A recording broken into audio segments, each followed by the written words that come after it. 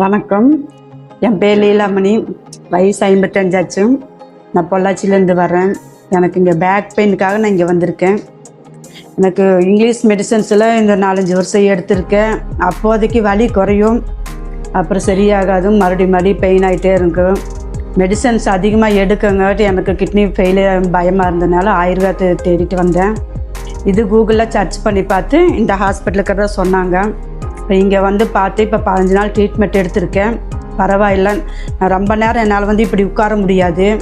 இப்படி உட்கார நிமிந்துட்டே தான் இருப்பேன். இப்போ இந்த ட்ரீட்மெண்ட் எடுத்ததுக்கப்புறம் இப்போ ஒரு 10 நிமிஷமாவது நான் நல்லா உட்காந்துட்ருக்கேன். இங்கே எப்படி இருக்குது ட்ரீட்மெண்ட்டுன்னு தெரியாமல் தான் இங்கே வந்தேன். சார் பார்த்துட்டு பரவாயில்ல சரி பண்ணிக்கலாம் அப்படின்னு சொன்னார்.